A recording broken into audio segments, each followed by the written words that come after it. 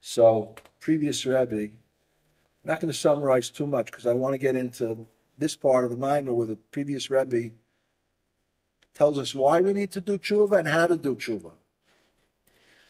But we didn't really delve into so much what the previous Rebbe is saying over here, that just like there's the Yud Kei Vav Kei above, there's the Yud Kei Vav Kei, which is one of Hashem's holy names, in the neshama of the Jew. The Yud is Chachma, the Hey is Bina, Vav is the Midos, and Hey is Malchus, the sphere of Malchus. And if you want to see the source of that, you can see in the Pasach Eliyahu that we say on Erev Shabbos before Mincha, right? In the Siddur, it's written there.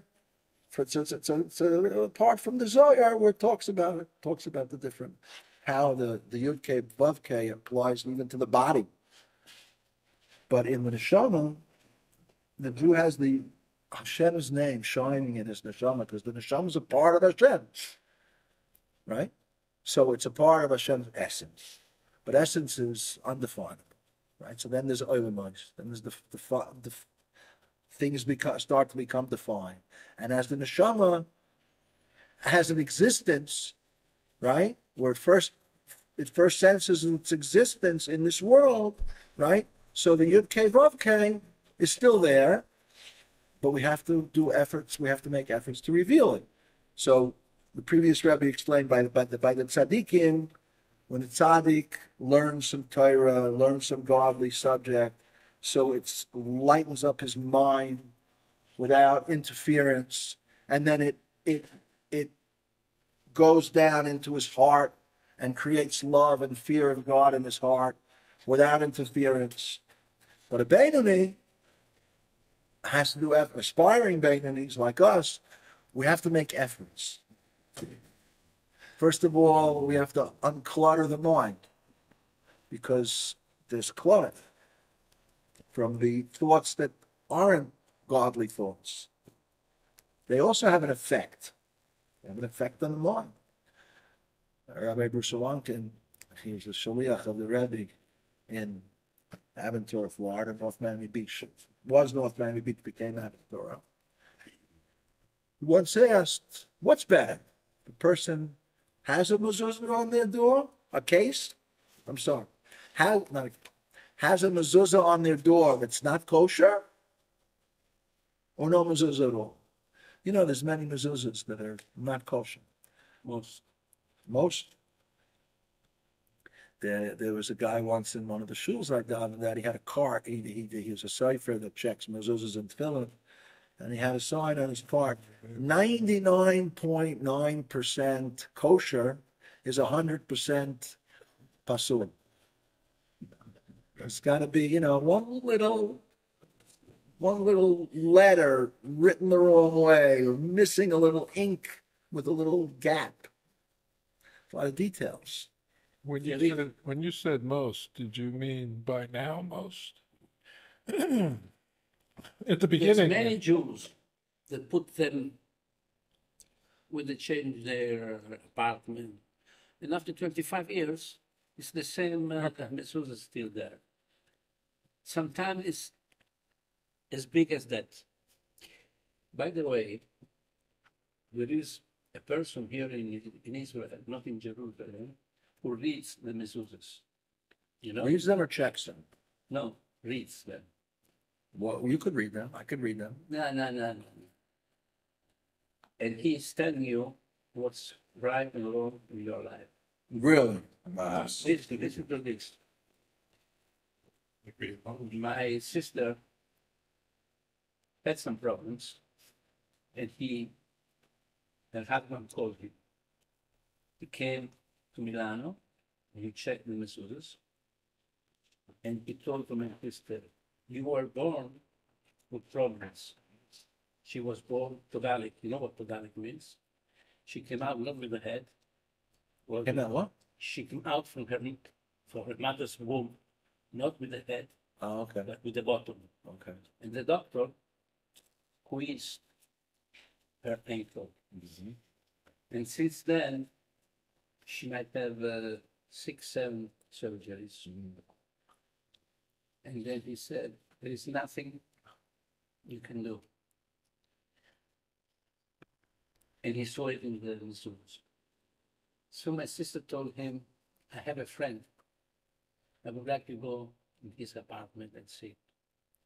He went to his friend, to her friend, and then he said, you have a cancer.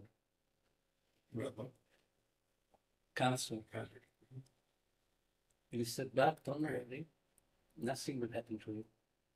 But you have to check all the mezuzahs and prepare them. He went to the doctor. And the doctors made all the exams, this and that. And he said, you have 6 to 12 months of life, unless you go for surgery. He said, I'm not going to surgery. This was 15 years ago. Really? He's still there. Wow. Okay. New job opportunity for you. A new opportunity for you. No, not for me. No, okay. So you can also read. No. But we just had a lot of mezuzahs checked, right? The Beit Chabad here had a day where you could bring in all the mezuzahs, get them checked, so a lot of mezuzahs now are kosher. Okay, so Rabbi Bushalankin asked, what's better? Have a no mezuzah or a mezuzah that's not kosher? So he answered, he said, it's better to have no mezuzah at all. Yeah. That's what he said. Who said this? Rabbi Kasriel Bushalankin. So I said, why? And he said, because a person that has no mezuzah, you can explain to them that there's a Kodesh Baruch Hu gave us Torah. You're a part of the Jewish people. Kodesh Baruch Hu gave the Jewish people Torah. In the Torah, there's many mitzvahs, many commandments. One of the commandments is put a mezuzah on the doorposts of your home and your gates. Right? And by you doing it, you will be fulfilling this mitzvah. You'll be connecting yourself with Hashem. You'll be drawing down blessing into your family, into your home. You'll, whatever, all the brachas that come about. So the person, there's a good chance, or whatever, I don't know how much chance, there's a good chance that the person will actually put on a mezuzah. There's not going to be any resistance because the person would say, I already have a mezuzah. But a person who has a mezuzah that's not kosher, right? The person could say, what do you mean? I have a mezuzah. My rabbi said it's okay. You have to spend time getting rid of the filth. You have to spend time getting rid of the stuff that doesn't belong there, right? A non-kosher mezuzah is something that's, printed or not written by hand or written incorrectly. It's not kosher. It's like not having a mezuzah at all. So that's what he said. So the same applies with when a person learns. Oh, the table is vibrating. Okay. A person has to, if it's a Beinoni, right? Or an aspiring Beinoni. Beinoni is already clear to say. Beinoni, whenever Beinoni did Teshuvah for all, whatever bad thoughts, bad speech, bad deeds he had in the past. And now whenever a bad thought comes in, he pushes it out with 2 hands immediately. That's a Beinoni. People like us, aspiring Beinonis, there's still junk that has to be pushed out. So, Baruch Hashem, though, Kodesh Baruch Hu gave us a Torah, and he created the world, and in a way where automatically a little bit of light dispels a lot of darkness. So a person doesn't have to struggle with the darkness so much, right? Our avodah is not to struggle with darkness.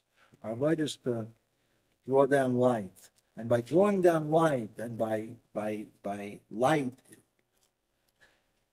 when we say light, we talk about the physical thing, right?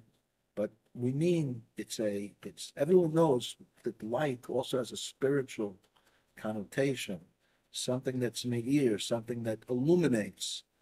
When a person's illuminated, they're not wandering around in darkness. they see things much clearer, they have clarity, they can share, and they can share in a way that also maintains the other person's dignity, and they're sensitive, right, and respectful. And when a person does that, and a person focuses their avodah in the realm of light, then the darkness memela goes away. Memela means automatically. A person doesn't have to fight so much with the darkness. Doesn't mean he doesn't have to fight with it at all. Okay? Because there's still going to be, as long as we have this nefesh of Bahamis and this Yetzirah that's trying to influence in a bad way, there's still going to be a struggle. Rabbi YY has a shiur, I recommend to everyone, YY Jacobson. I don't remember the shiur. I think it's called, I don't remember the name, but he says that our mission is we are factories that produce light.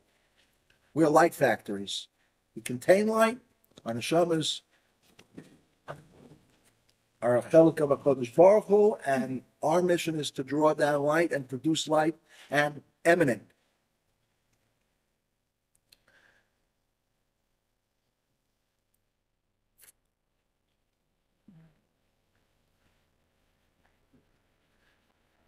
So the Yud Kei Vav Kei is also in the Jewish soul. Hashem's holy name is also part of the Jewish soul. And the Frierdiker Rebbe gave an example that Kriya Shema is the Yud, Bittul, which means nullification, self-nullification before the greatness of the king. Right? If a person is in a palace and they're waiting to see the king, they know the king is the ruler of the entire nation, the entire country. In the king's hands are life and death, and you can't get into the palace unless you have special privileges, and there's guards at every room, or as it got inner and inner, there's more and more guards, and all of a sudden the king comes out. And he looks at the person, and he starts talking to the person. The person's going to be in a state of nullification. Wow. It's going to be, wow. Okay. So that's the Yud, the Bittul, the nullification before the king. That's Kriya Shema. And Tefillin is the Hey, because the says in Shulchan Aruch that the kavanah of Tefillin Shorosh is to be mishabed, to direct the mind to understand Sha'asher Lo HaKoach, that to HaKadosh Baruch Hu is the power Memshala La'asos B'Elyonim V'Tachtonim K'Ritzona. To Hashem is the power and the rulership to do in the above and below as He wishes. The shibud l'Kadosh Baruch Hu, haneshama shiba moyach, and the nullification of the neshama starts in the mind. V'gam ta'avot u'machshavot libo la'avodas yizbarech. V'yishabed, sorry, and that a person, this is quoting now from Shulchan Aruch, that a person needs to be mishabed to HaKadosh Baruch Hu to, how do you say l'shabed?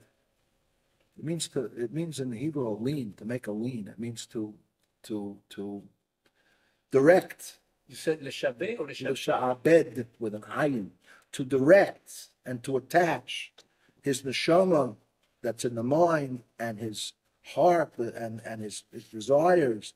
U'machshavas libay l'shabed. He needs to attach his heart and mind and the desires of his heart to HaKadosh Baruch Hu. That's the language of the Shulchan Aruch. So now the previous Rebbe is going to get into why we need to do Teshuvah and how to do Teshuvah. So that's all how it needs to be, right?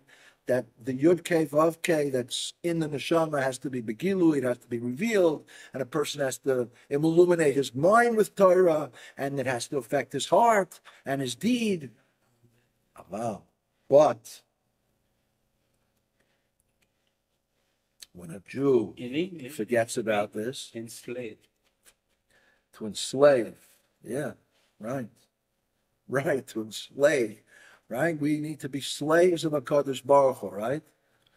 But Lamaliuta, we think of the word slave as a very negative It connotation. has a bad connotation. Huh?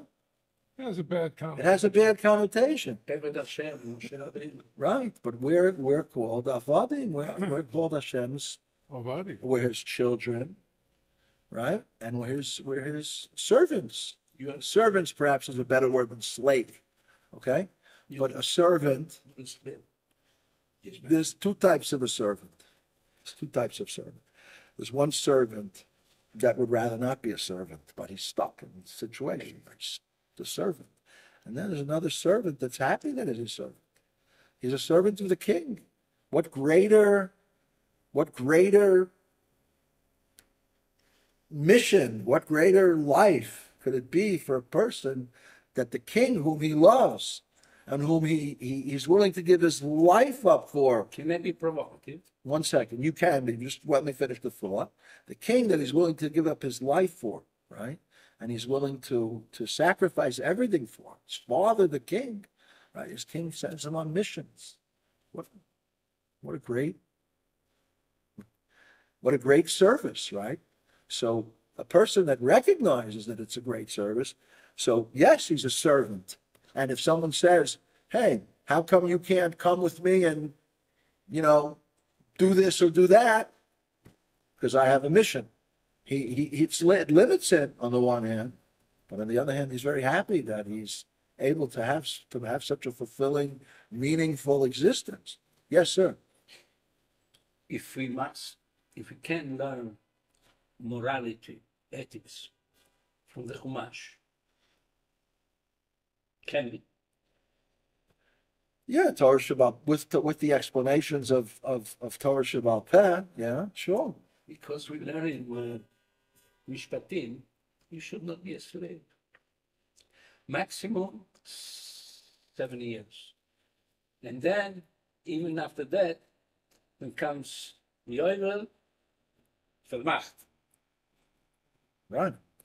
And The idea right. being slave. No, you shouldn't be a slave to a person. And that's why, yeah, but that's why they do the special ceremony to make a hole in his ear. Matzeh. Right? To make a hole in his ear. And Rashi says over there that the ear that heard at Har Sinai, the ear that heard at Mount Sinai, attend to you, li avadim, you shall be to me servants, went and made himself a servant of flesh and blood. But to be a servant of Hashem, what greater honor is it than that? There's a story that the Kaiser of Germany and the Emperor of France and the Tsar of Russia were all together and were talking about the qualities of their soldiers.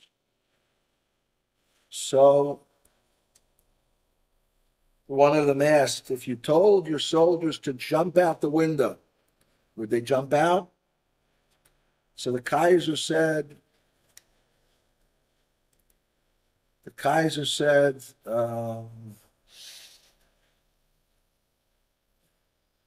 no, they wouldn't jump out. And the Emperor of France said they would ask why, and if they got a good reason, they would jump out. And the Tsar said they would say, which window? Now, you might think, and you might be right, that the soldiers of the Tsar were stupid and naive. And you might be right. But you see, though, the dedication that the Tsar felt that his soldiers had, and he was proud of such soldiers. And they say after the Stalkus of the Rebbe, the Rebbe after Gimel Tammuz, so they went into the Rebbe's room. The Rebbe was always learning. But what sefer did the Rebbe have open on his desk that they found after Gimel Tammuz? The sefer HaShluchim, the sefer of all the emissaries that the Rebbe sent all over the world to illuminate the world. And we've all been illuminated by those emissaries there. They've taught the teachings of the Rebbe to the entire Jewish people. The whole Jewish people has become elevated because of that. That was the Rebbe's greatest nachas. Right? And the Rebbe appointed each and every Jew to be an emissary. The Rebbe said it specifically many times in his sichot, in his speeches, in his divrei Torah. Every Jew is an emissary of a published Baruch. Every Jew has a mission. Every Jew has to light up his part of the world where he can affect. We're all emissaries.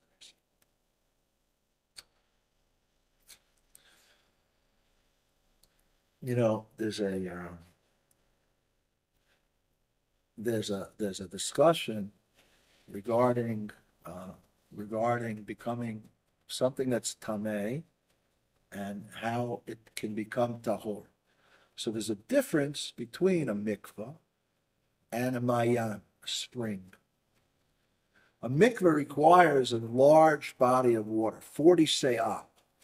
It's something like 750 liters of water. There's different opinions, but it's a lot of water. A mayan, it's enough just a drop.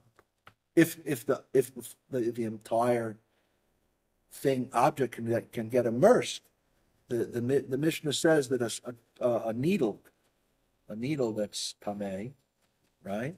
So if you put it on the steps that go down to a mayan, that go down to a spring, and the wave of the mayan just goes over the needle, it becomes tahor. A mayan is mitaher b'mashu. Mayan purifies with the smallest, tiniest amount. Doesn't require such a large body of water like a mikvah. Why is that? The answer is it's because the mayan is connected to its source. It's connected to its source. The spring is always connected to its source. So since its source is this powerhouse of purity that can mitaher, so anything that's connected to that powerhouse can be mitaher. Masha ein kain, which is not the case by a mikvah. A mikvah is an independent body of water. It's not connected to anything, right? Someone built according to the specifications of the way to build a mikvah, right? And rainwater came into the area. 40 se'ah of rainwater came into the area that was built, and then they built another thing that was connected to that rainwater. You know, there's a hole that goes in between. There's two in a mikveh. There's two things. There's two. What's the word? Compartment. Two compartments. Yeah, two pools.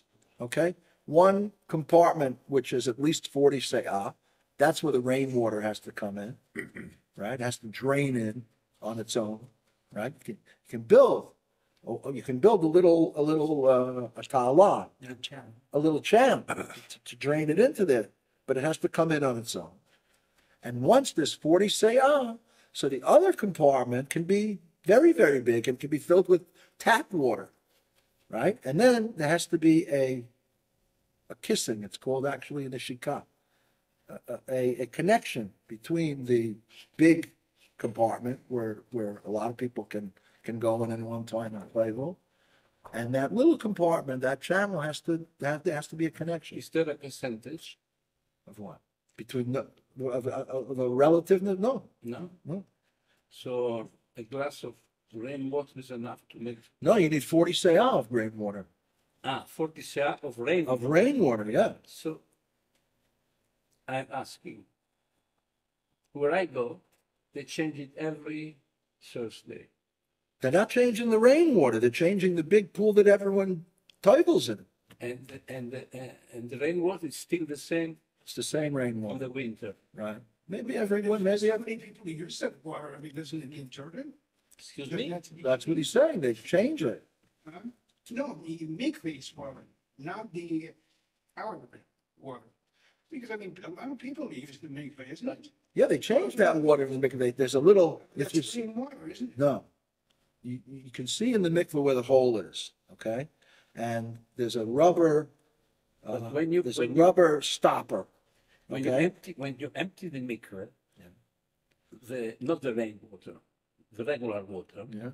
What happens to the rainwater? They stick a rubber stopper in the they mikveh, close it. and they close the connection between the rainwater and the big pool. Ah, Okay, and then they refill the water in the big pool. when they are open, do they mix together? They touch, they kiss. Okay. That's enough that they kiss, So that rainwater has the ability to the purify. rainwater is getting always less and less. Okay, so you have to learn the halachas of mikvahs. They're very complex. I don't know them. Back to the subject. When there's no rainwater. Huh? It's summertime. It's a long summer out here in Israel. There's no rain. They have basins where they keep for the water. Oh, really? Yeah. Yeah. No, there's a special compartment built to collect rainwater. They collect much more than 40 se'ah, right? And it lasts until the next rains. I don't know. That's not my field. I can't really tell you more than I just told you. Okay. What do they Rebbe Rashab actually What has do a they do different. in a lot? Maybe they bring snow from the Chemo. You're allowed to use snow. Or it's rainwater from. What? Should be. No, you can't really import rainwater. You can't. How can you import? Once you draw the water out, it's not rainwater anymore. It has to be like, it has to be original. The original drip of rain. So you cannot bring it from the Harmon. You can bring snow. You can use snow. You can make a mikveh out of snow. You can actually transport. What about the sea? You can transport it. The sea is a mikveh.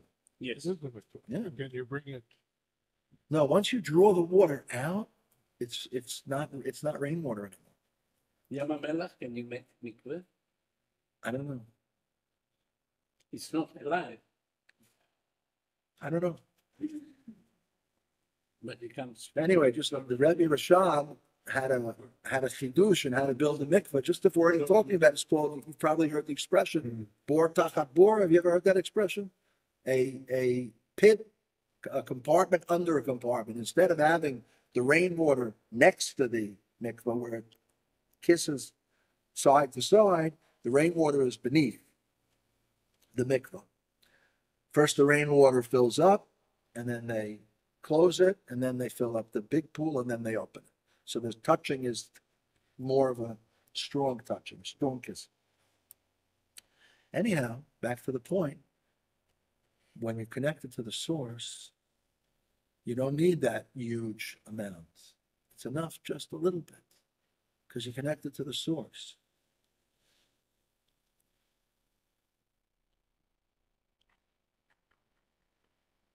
I once asked with Moshe Feinstein, Zecher Tzadik Livrocha,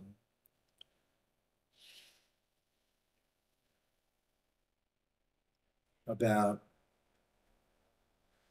I don't remember the exact details, but let's not talk about Moshe Feinstein, Zecher Tzadik Livrocha, but I know in the non-Hasidic communities, okay, where they want to have an influence on a town or a city or an area, they send they create a community, a small community, okay, but they send at least 1 million of people in order to start that community, okay, and then that community grows from that kernel of million families, they grow.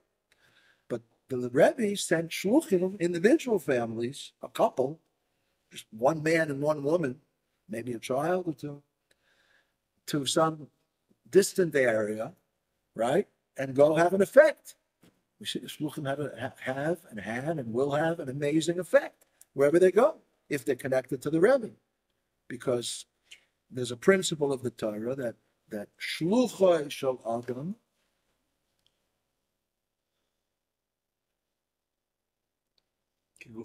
kegufo. Thank you. It's like the shaliach himself. It's like the mishaleach. The shaliach, the emissary of the one who's being sent, is like the person who's actually sending him. That's why an emissary can carry out a lot of the tasks. It says that a man has to give his woman a get. If he wants to divorce her, he has to give her a writ, W-R-I-T, a writ of divorce. All right, a special Jewish divorce document, right? Which also has a lot of details.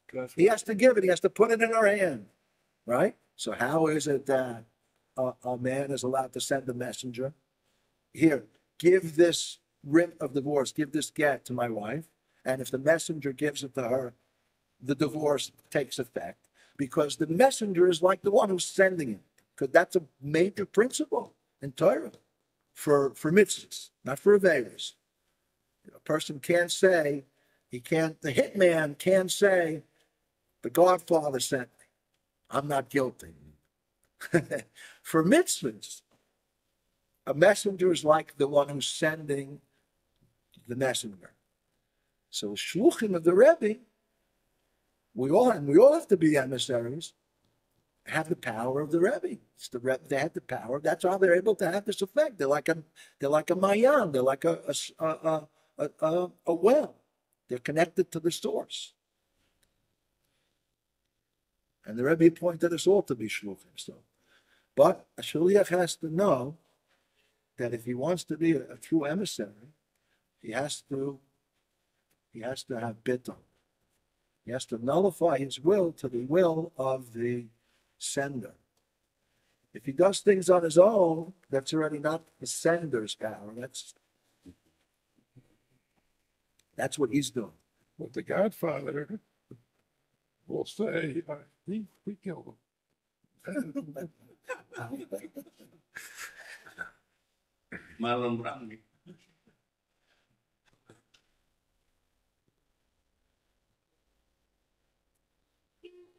So that's how it all should be, right? That a person should be connected to the source, and a person should be constantly illuminating his mind and his heart with Torah and godliness, and there should be no blockage that's preventing the illumination of his mind, and no blockage preventing the illumination of his mind from affecting his heart.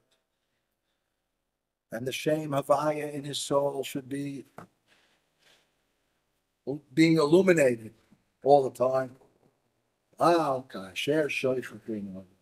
So now the Friedrich Rebbe is going to go into the actual why we need to do tshuva and how to do tshuva. But when a person forgets about it, forgets about serving Hashem.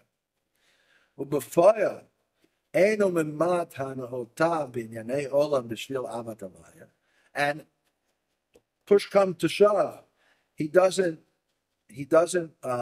lessen his pleasures of this world because of his love for Hashem. He indulges in the pleasures of this world. The Einlo hasaga v'havana v'elukus v'hainu she'enu mishtadel v'hamitzvah d'yadat ha'yon chulu ki havayu elukim, and he doesn't have in his mind understanding and consciousness of godliness, because he's not making effort to fulfill the mitzvah of you need to know this day, you need to know Havaya is Elokim, Shein Elohim Torah, because he's not learning Torah. U'b'meila chas v'sholom mitrachek me'elokut. Da'ayim amelo kach u'machor amelo kach ad she'amelo lech avoid l'zar. Avoid shenitchila ha'yista zara lo lagami. Let's translate what the Rebbe is saying. It's cool. There's a mitzvah to know. Ki havaya hu Elokim. It's a pasuk. V'yadata hayom. You need to know this day. Ki havaya Hashem Yud Kei Vav Kei hu Elokim. Hu ha'Elokim. He is Shem Elokim. Shem Elokim and Shem Havaya are different names. They're both HaKadosh Baruch Hu, but they're different manifestations of HaKadosh Baruch Hu. Shem Elokim, we know, has the gematria of 86, which equals Hateva. Not Elokim, with a hey. If you add up the letters, every letter in Hebrew has a numeric value. If you add them up, it comes out to 86. It's exactly the same number as Nietzsche. The natural order that we see is the manifestation of Shem Elohim. And we learned at length that HaKadosh Baruch Hu is creating the world at every moment through the Devar Havaya, through his holy divine speech at every moment. It's just that Shem Elohim hides that manifestation of godliness from our eyes of flesh in order to give us free choice. Yeah? Understood? So a person could be confused by the illusion and think that things have actual independent existence, which is not true. And therefore it says you should know this day, Ki Havaya, Shem Havaya, which is the name which is beyond creation. It's the name where HaKadosh Baruch Hu, as he is beyond creation, as he encompasses creation, but is beyond creation, that he is Elohim. That the Elohim is not anything, nature is not anything independent of HaKadosh Baruch Hu. It's another manifestation of HaKadosh Baruch Hu, like we said. Just like HaKadosh Baruch Hu has the power to reveal himself in the infinite realms, so too he has the power to reveal himself in the finite realms. And if you would say that he doesn't, you would be limiting him. And you can't limit HaKadosh Baruch Hu. Yeah? Understood?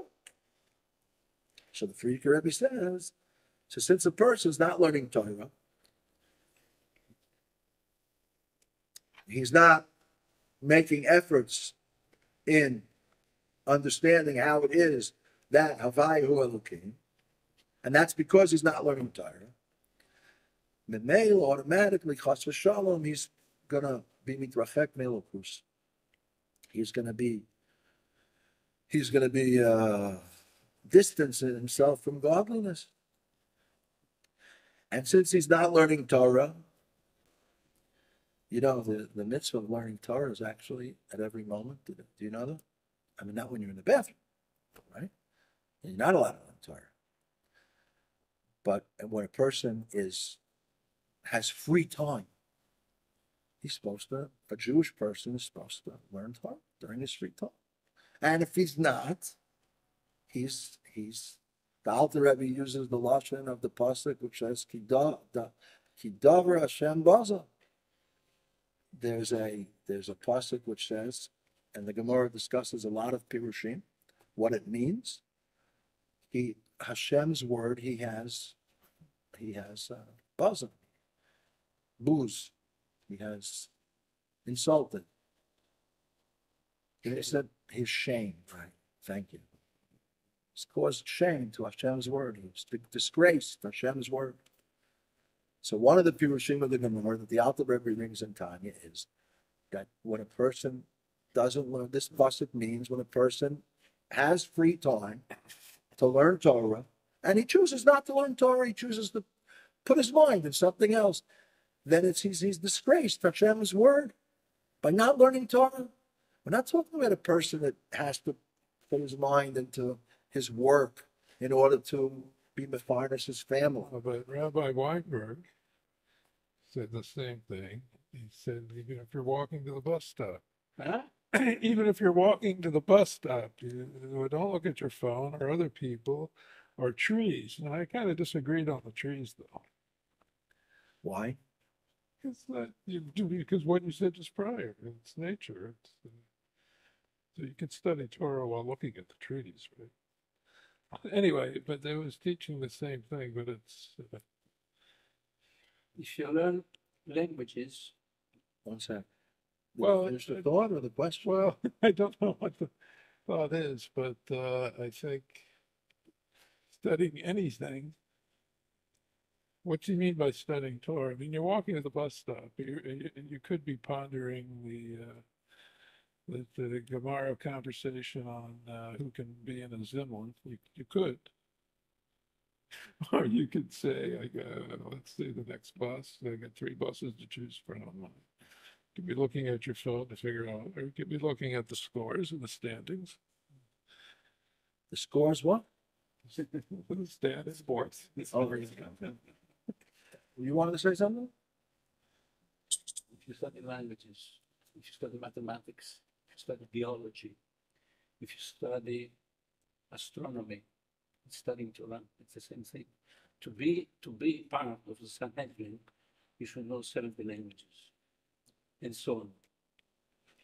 Okay, these are all interesting points. Let's just make a little clarity, just condense explanation.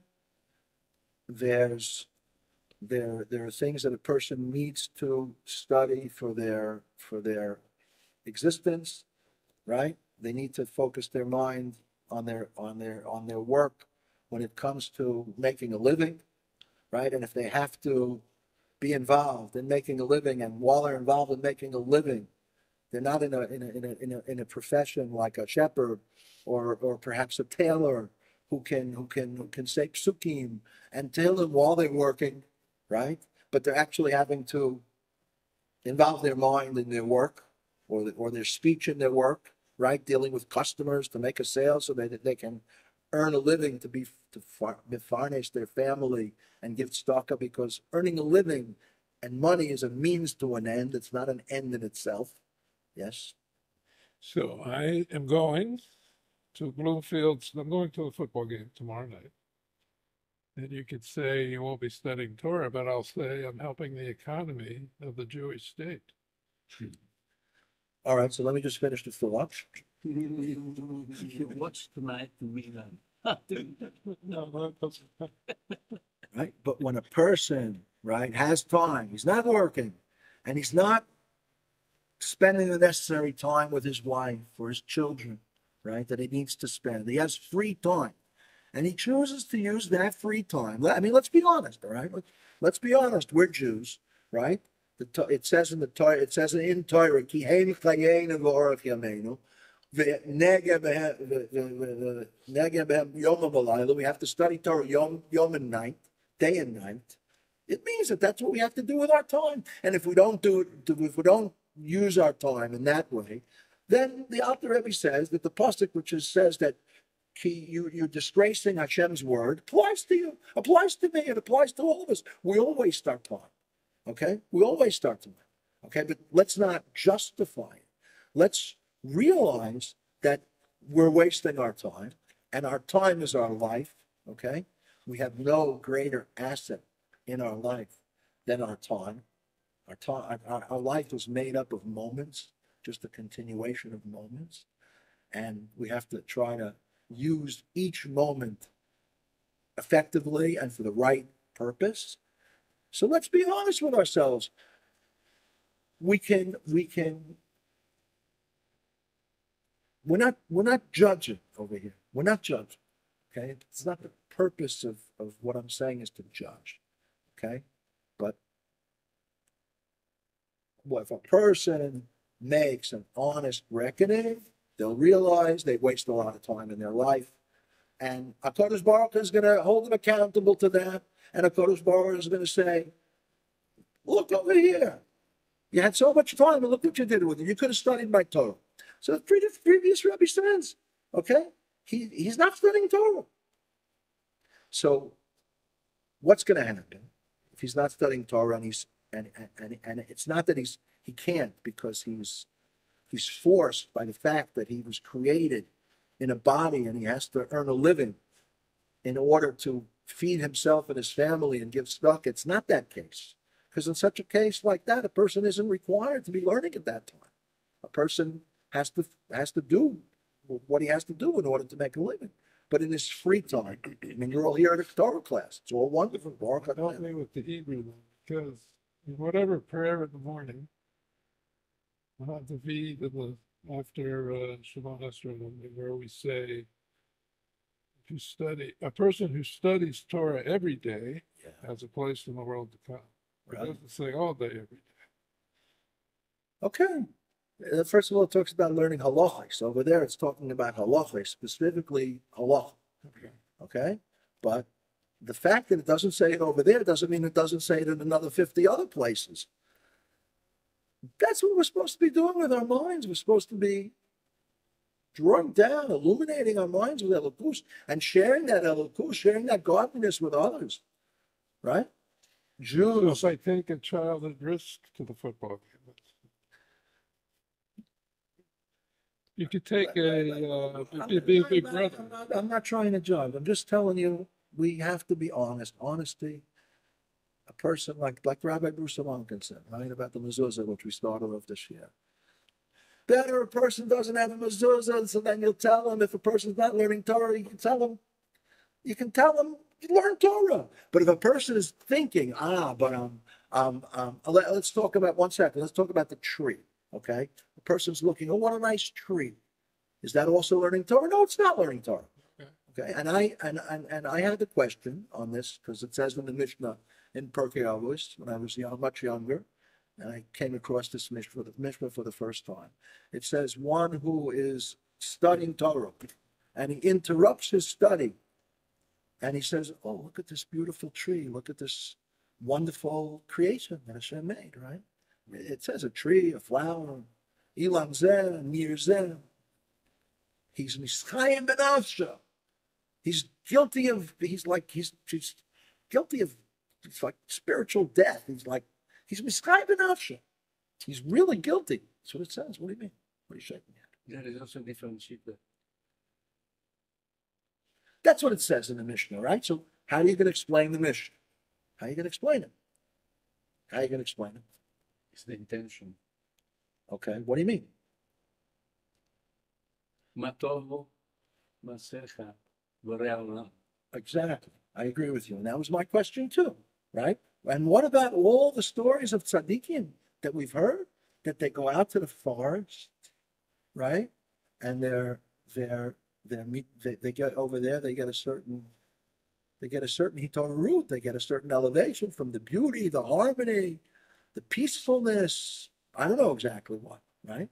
But there's a thing like that. So why does it say that? He's studying Torah and he interrupts his study to say, how nice is this tree? He's guilty. So a guy explained to me, he said, focus on the word interrupts. He interrupts his study. That's when he's guilty. But if it's a He was a little. if it's a complementary, if it's an extension of his study, if it helps his study, like that tzaddikim will go out to the forest, so he's not guilty. Okay, I lived with that for a while, and then I saw the Rebbe. The Rebbe has a Pirush of Pirkei Avos. Suggest everyone to have it, read it. Mamish. I looked in there, and the first time I saw that sefer, that was the first thing I looked for. And you know what the Rabbi said? You know why he's guilty? You know why he's mischayim benafsho? Because what is he mitasekin? He's mitasekin Torah. He's learning Torah. Torah is above the world, right? It says in the Jewish sources that the Torah was created black fire on white fire 2,000 generations before the creation of the world. Torah b'diraisa, kucha b'diraisa kulochad. Torah is HaKadosh Baruch Hu's will and wisdom. It's one with Hashem. That's what he's learning. And what does he interrupt for? Something of this world. He interrupts for creation. His priorities are messed up. He doesn't realize that you don't interrupt something that lofty and holy for something that's gashmias. That was the Rebbe's pirush. That why is he mischayim? Because he doesn't realize that he's making the wrong priority choices. Yeah. You say Shema. I do. No, somebody says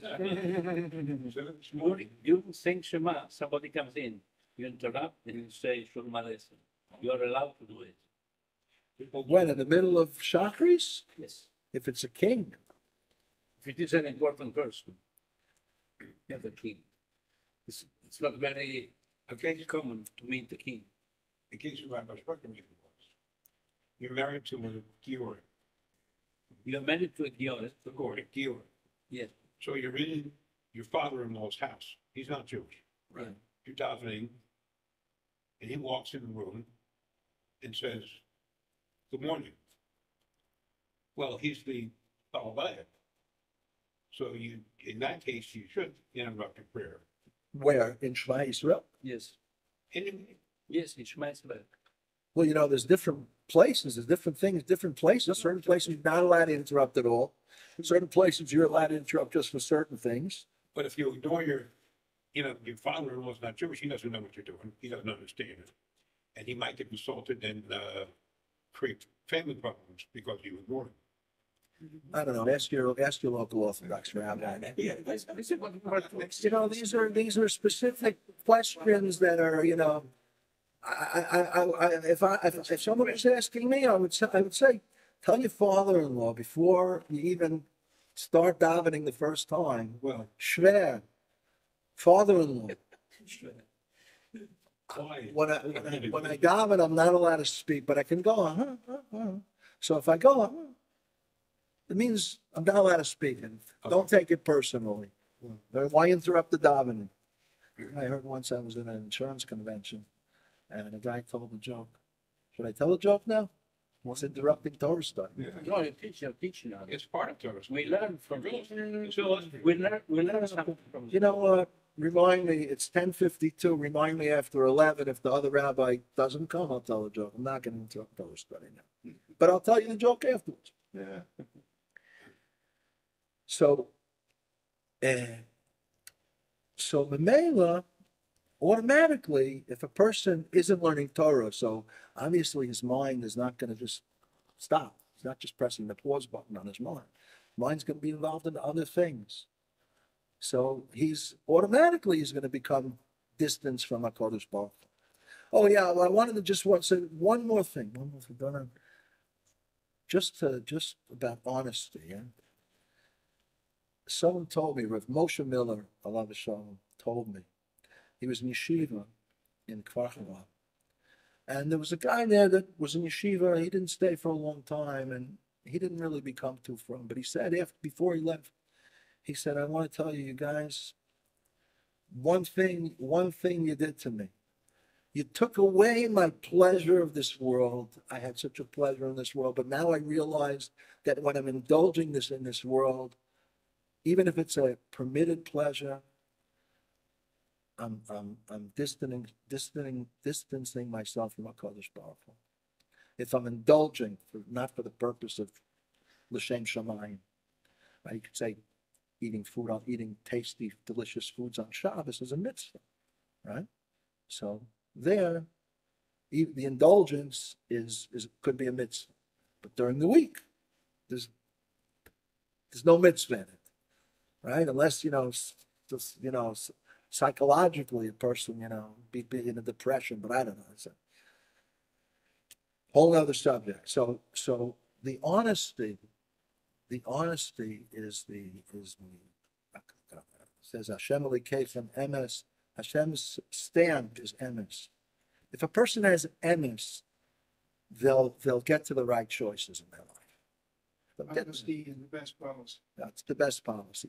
They'll get there. It might not happen today. It might not happen next week. It may take some time, but eventually they'll come to the conclusion, listen, for how long am I going to sit on both sides of the fence, like Eliyahu said to the story of Eliyahu on Har Carmel, on Mount Carmel, where he went there and he challenged the false prophets, right? You bring your sacrifice to your idol, and I'll bring the sacrifice to HaKadosh Baruch Hu, and we'll see. And you know the story, right? Yes. And the sacrifice that gets eaten up from heaven, the fire comes down from heaven. So that's going to be the proof of the truth of who's right.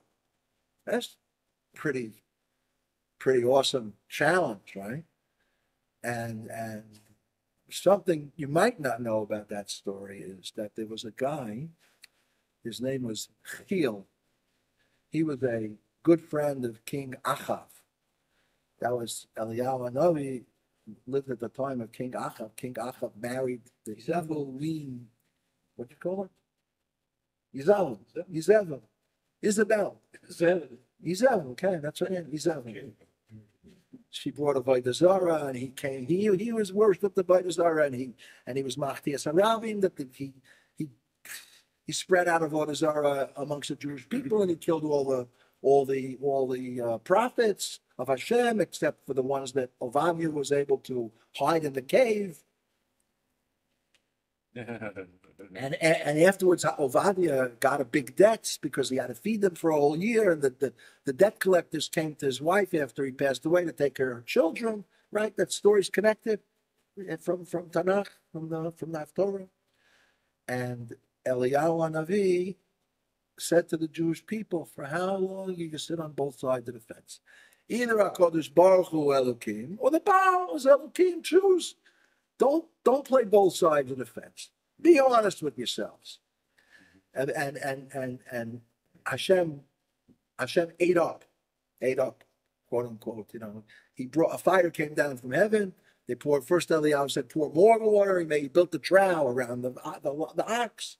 Pour more water. 3 times they poured water, and then a fire came down, licked up everything, just ate up everything. That's what fire does. Fire consumes everything. But what a lot of people don't know is that Achav, the Baalim of the Baal, the Nevi'ei Sheker, the false prophets of the Baal, they knew that they couldn't win. So what they do? This guy Chil became the volunteer to go underneath the pile of wood, to hide underneath the pile of wood and light a flame, even though he would be burnt up in the flame and die. You ever heard that? Chil was the guy. That's mental, maximum mental. You see, people could have bittul for the wrong reasons. It's a quality, right? Some people can become what do they call them? Murder, suicide bombers, not murder bombers. Yeah. They give up their lives for falsehoods. For virgins.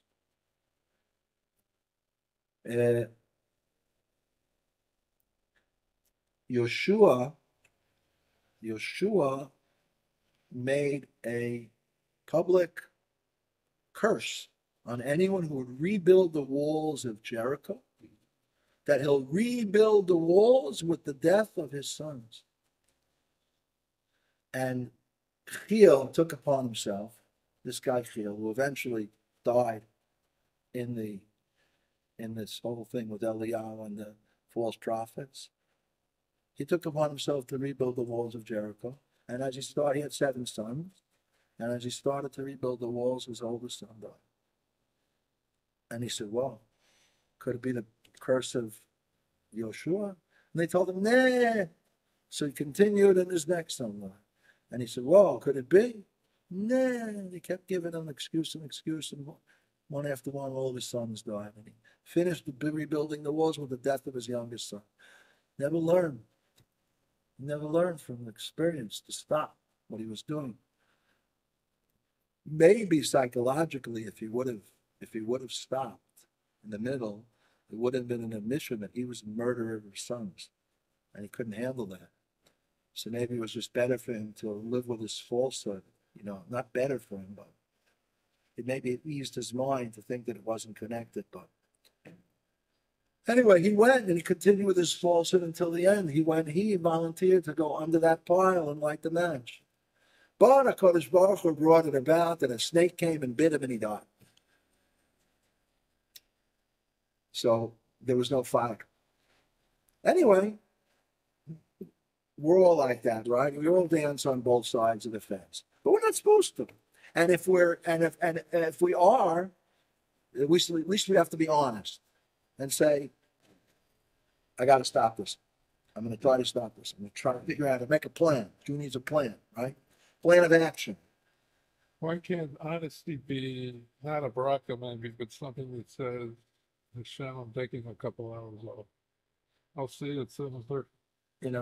That would be honest. One time that Tzemach Tzedek, who was a big proponent, Tzemach Tzedek was a big proponent of austerity. His kafya. Having this world in the minimum amount necessary, indulging in this world in the minimum amount necessary. He once went to a wealthy man, and he saw the wealthy man was eating potatoes onions. And he said to this wealthy man, why are you eating potatoes and onions? You're a wealthy man. You should be eating meat and wine. Eating meat and drinking wine. Afterwards, his students, the Hasidim, said to him, why did you say that? It's like against everything you teach all the time. He said, if this wealthy man is eating potatoes and onions, what is he going to give the poor people to eat? Rocks? If he's eating meat and drinking wine, the poor people will give meat, they'll give potatoes and onions. They'll give them something to eat. Rabbi Moshe Miller told me that he was a bocher in South America. Yeah? He's got a lot of classes on Chabad.org with Moshe Miller. I love a show. And he was sitting in a Fabrengen, and the Mashpia was leading the Fabrengen, and the Mashpia was talking about his coffee, how you have to limit your indulgence in the material world to the point where things you want to do, you don't do. And all of a sudden, his wife came and brought out a big chocolate cake. And the Mashpia took himself a big piece and made a bracha. And then he passed it around. And one of the Bochum said, where's the iskafia? Where's the, how do you say it? The austerity, the limitation of indulgence that you're talking about? Mm-hmm. Like you're a hypocrite. Yeah. And he said, you have to know where you're holding. Mm. You have to know where you're holding. Mm. Now, I don't know exactly what that means. I don't know what that means because I wasn't that much fear, but he obviously must have needed it. Otherwise, he would be in bitterness. Yitzchak Kaufman, who teaches at Mayonot, told me that when he became a bocher and he started learning about his kafia, so he stopped putting milk and sugar in his coffee. If I have to drink coffee, I'll drink coffee, but I have to have milk and sugar. And the Mashpia saw him, he was like in a, I don't know, angry mood, or not angry, but just, mikuvac, how do you say it? Like, tense. Kvetch. Huh? Kvetch. Yeah, kvetch. For kvetch. And he said to him, what's going on? So he told him. It bothers him that he can't have the milk and sugar in his coffee. It's hard for him. So the Mashpia told him, have milk and sugar in your coffee. That's not his kafia. Self-indulgence to the point where you become a fakvetch, right? Overindulgence. It's overdoing it. Yeah. You have to be a mensch. You have to be a mensch. But on the other hand, the person has to be honest. They have to try to wean themselves off of those bad habits that waste their time and that add nothingness to their life. In the end of the day, right? Let's face it. The standings and the ball games and who scored, the touchdown, and they don't mean anything. I'm not being honest with myself, but give me credit for being honest in front of a national audience. No, you are being honest with yourself. But it's hard. Just like a person has an addiction to sugar, right? A lot of people have an addiction to sugar or smoking. Most people can't do what Ichida Masmi did, who was a chain smoker. He heard it was dangerous for your health, and he stopped immediately. Most people just can't do that. Okay? They have to wean themselves off, and they have to make a plan to do it. But you can't wean yourself off if you're not honest with yourself. The first thing you have to do is be honest. Like, this is not something that's adding anything to my life, right? I might be enjoying it. It's not that it's not enjoyable, right? It's just the type of enjoyment that I could find a substitute. And the previous Rebbe, he goes into not just learning Torah, but he says some people they lose their pleasure of learning altogether. And this gets on what you were saying about learning what's called astronomy, mathematics, languages. What's called it's called Chochmas HaUmos, the wisdom of the nations, right? So the wisdom of the nations, a person shouldn't learn the wisdom of the nations instead of learning. Let me finish. A person shouldn't learn the wisdom of the nations He should not neglect his Torah study in order to learn the wisdom of the nations unless he's using it, Yes, Chokmah. unless he's using it in service of Hashem.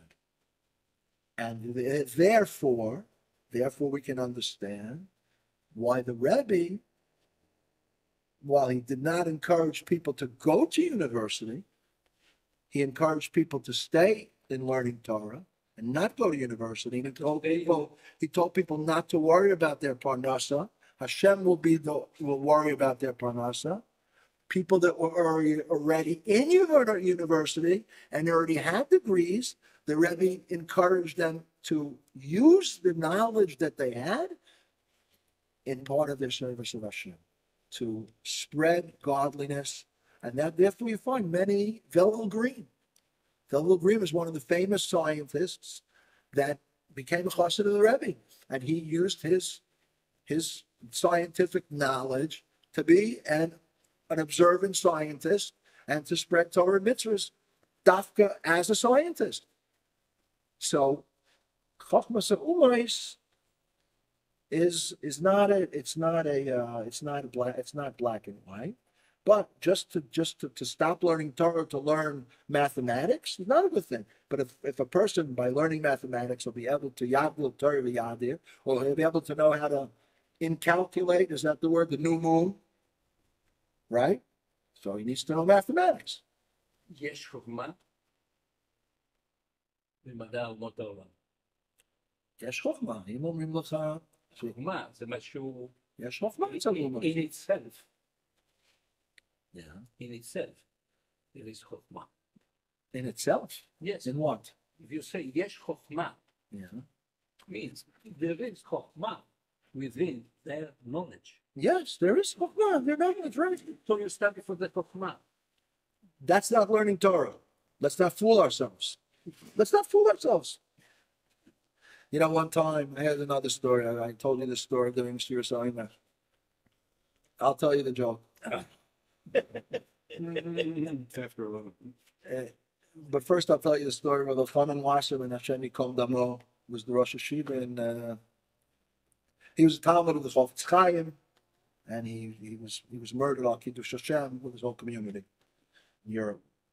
And at that time there were the Maskilim, those of the Enlightenment Jewish people who went off the derech of Torah and mitzvahs, and they felt that they had a mission now to try to influence the rest of the Jewish people also to go off the derech of Torah and mitzvahs, and they called themselves the Enlightenment when they were the opposite of the Enlightenment. Just like people that are progressives today call themselves progressives, but they're the opposite of progressives. Mm-hmm. Correct? Yes. I know. That's why I'm asking. Yeah. So Amaskil came with a big beard and a big long black coat and a hat, and he came to the yeshiva, and he was presenting himself as a Torah observant person, and he sat with Rav Elchanan Wasser to convince Rav Elchanan of the importance of learning mathematics in the yeshiva. And he explained that there are many Torah concepts that you cannot understand without mathematics, like calculation of the new moon. You need to know a lot of mathematics, like the whole sugya of the Eruvin, how to build an Eruv. You have to know mathematics. And Rabbi Chanan listened to him and he said, okay, you're right. We have to learn mathematics in the yeshiva. You're right. Now all I have to do is find a math teacher. Mm-hmm. So the guy said, me, I'm a math teacher. So he said, okay. He said, you know what? I'll ask you, I have to give you a test. I don't hire my teachers without testing them in their fields. He said, I'll ask you one question. If you know the answer, you have the job. He said, you know addition? I'll ask you to. He said, well, of course I know addition. He said, all right, I'm going to ask you one question. Addition. You know addition? He says, yes. Of course, addition. Everyone knows addition. He said, okay, what day of Sfiras HaOmer is it? Yeah, count? What day of it? What day? He didn't know. He said, get out of here.